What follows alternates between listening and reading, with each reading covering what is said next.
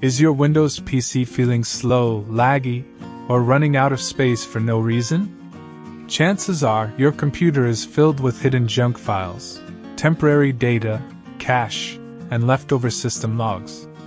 In this video, I'll show you the fastest and safest way to clean junk files in Windows and instantly free up gigabytes of space. Let's start with the easiest built-in tool, Disk Cleanup. Press Windows +S, type Disk Cleanup, and open it. Choose your drive, usually C, and wait for it to scan. Now check everything you want to delete: temporary files, recycle bin, system error memory dumps. Select them all, then hit OK.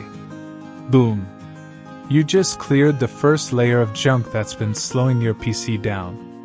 Next, let's remove deep junk using Storage Sense, another free Windows feature. Go to Settings System Storage. Turn on Storage Sense, and click Run Storage Sense now. This automatically clears temporary system files, old Windows Update leftovers, and even OneDrive cache. Think of it as your PC's built-in auto cleaner that runs quietly in the background. But if you want to go even deeper, use the Run command trick. Press Windows +R, type %temp%, and hit Enter. Select all files and delete them. Then do the same with temp and prefetch folders. These folders store temporary program data that you don't need after closing apps. Don't worry, deleting them won't harm your system. Now let's clean Windows Update leftovers. These can take up gigabytes. Open File Explorer, go to C:\Windows\softtwa redistribution\download, and delete everything inside.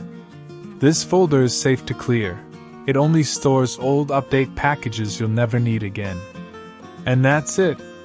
In just a few minutes, you've completely cleaned your Windows from hidden junk, freed up space, and made your system run smoother and faster, without using any third-party software. Thanks for watching. If this video was useful for you, make sure to subscribe so you never miss our upcoming content.